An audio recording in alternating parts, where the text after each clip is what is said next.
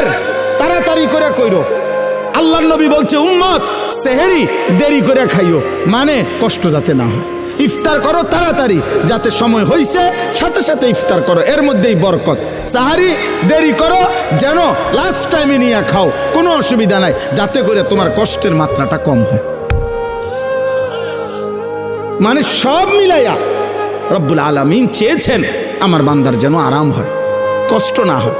ইউরিদুল্লাহু বিকুমুল ইউসরা ওয়ালা ইউরিদু বিকুমুল উসরা। একদিকে তো সহজ করার জন্য এত ব্যবস্থাপনা করেছেন, আবার আরেক দিকে নেকি।